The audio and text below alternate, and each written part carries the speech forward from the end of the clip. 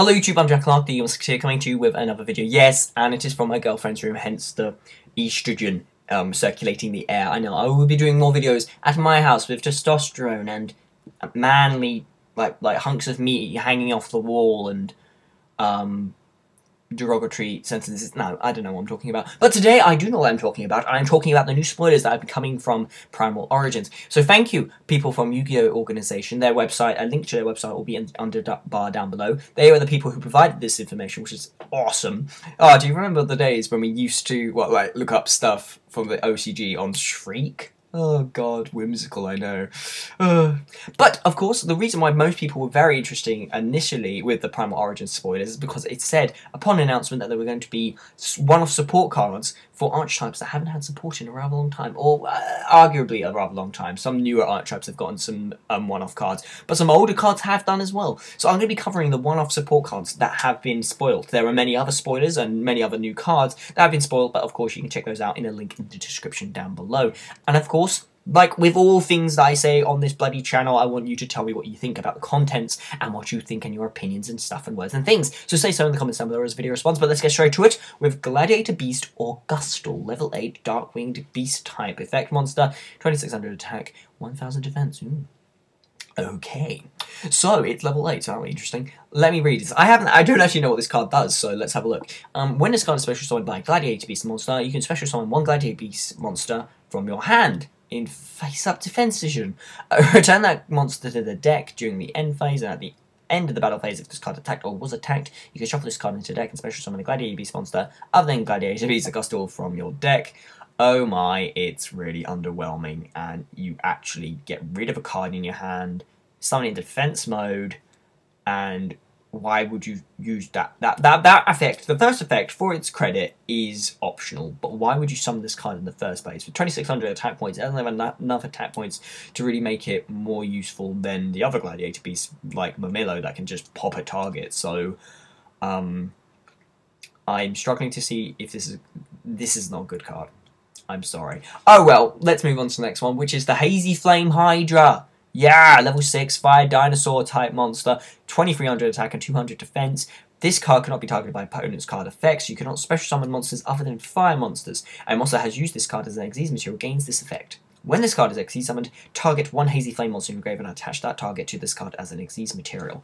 Thank God. See, I used to play Hazy Flame, so I can actually add something to this. 200 defense means, of course, it is rekindling. Well, you can actually use it with rekindling, which is lovely. 2300 attack points is actually so useful because Hazy Flames actually, for an archetype that consists primarily of, well, almost exclusively of level 6 monsters, none of them really have any decent attack points. So 2300, even though it's just below Monarch tier, it's actually more than they had before. So actually it's an okay monster and can put some damage on board on its own if you need to. But it mainly, Hazy Flames always have the effect that they cannot be targeted by your opponent's card's effect, which is lovely anyway.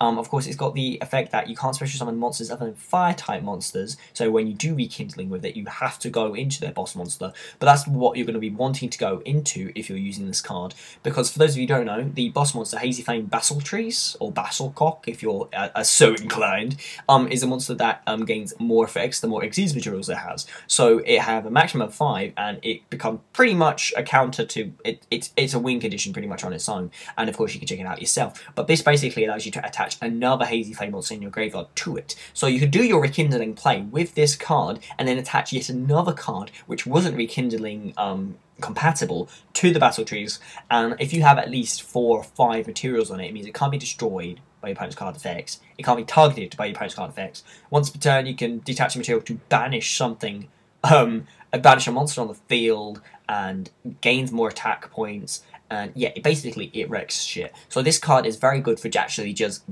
supporting the actual win condition of Hazy Flames, which they didn't have before. So I am all for this card. It being a dinosaur as well means nothing, I guess, unless you're going to use Fossil Dig. I guess you could, maybe, but it's a nice card.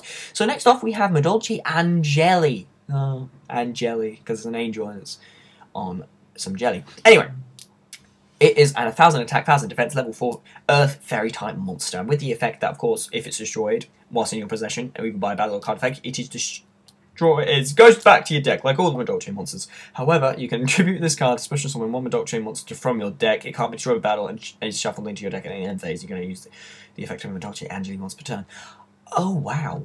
Oh my. See, and Madolches were very good before. I mean, they had Coot Cake, and they could do MX Saber Invoker shenanigans, and they were a very good deck, and they hadn't, like they had various tournament tops.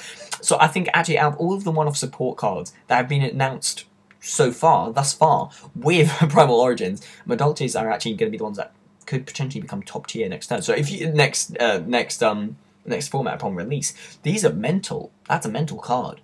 So for those of you who did actually pick up Madolche when you did, well done, because you've just gotten yourself a Lone Fire Blossom for your deck. Of course, it gets shuffled into the deck during the end phase, but is it really going to be on the field by then? But it can't be destroyed by battle either, so that's quite an interesting thing. So this is a cool card. I like it a lot, and it is a fairy shop monster, which means it can combo off of the Madolche ticket and their other fairy-based support. So this is an awesome card, and I think it's going to get some good. I think it's going to get some good use out of it. Next off, we have Colette, Ogre Lord of Darkworld, which is a dark level 6 fiend monster, 2400 attack, 0 defense. When it's discarded to the graveyard by a card effect, you can special summon it from the graveyard, like all other big Dark World monsters, but if it's discarded by your opponent's card effect, you can special summon a fiend-type monster from your deck to either side of the field. Oh my, it's really quite underwhelming. Level 6 retreat, it doesn't have rank 5 synergy with silver or gold, and it's got 2400 attack points, which is actually not really that much more to really warrant its use. 0 defense, I guess you can use a recurring nightmare, but no one in Dark World uses recurring nightmare. And also, there aren't really many effects that allow you to get its secondary effect to actually summon a fiend monster directly from your deck off. So actually this doesn't really do anything for the deck.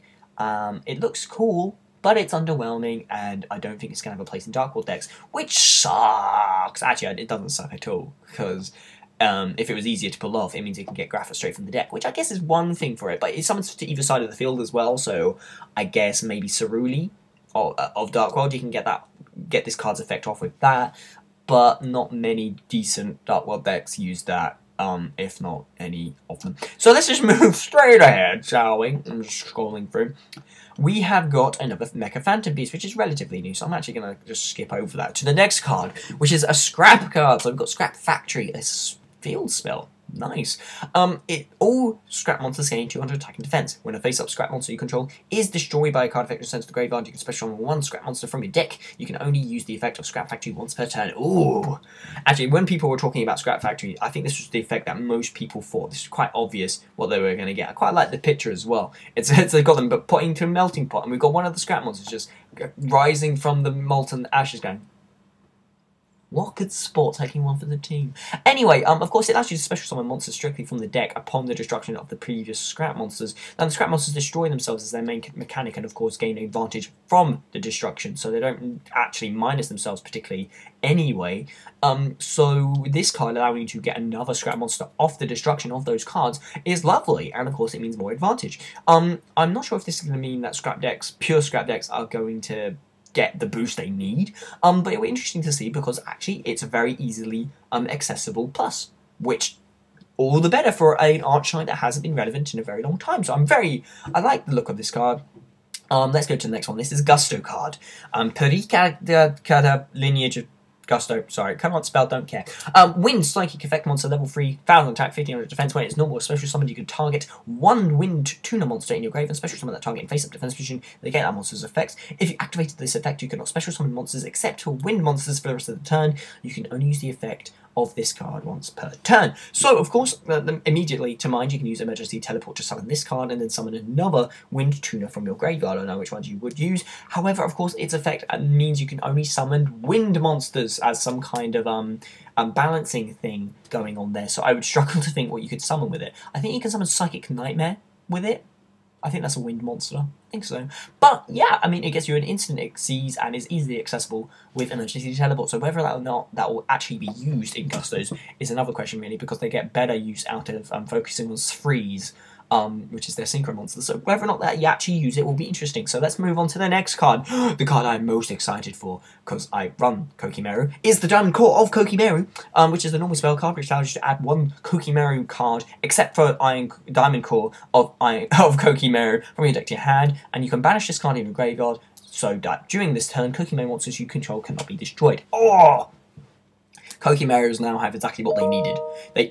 Email, lovely. So this card allows them to search for the Iron Core of Kokimeru in a more reliable way, apart from the core transportation unit, which is continuous and needs to be on the field to resolve. This allows you to basically rotor for any... So yeah, Kokimeru's got their own rotor. That's awesome. But in addition to that, in addition to being able to get all the pieces you need to do your big OTK pushes, because Kokimerus, because of Xyzes, can make... OTKs out of the wazoo. In addition to Tour Guide being at 3, which means easy access to MX Saber Invoker, this means you have easy access to the Iron Core of Kokimeru, which means you can set off Kokimeru Knight's effect, which means you can summon...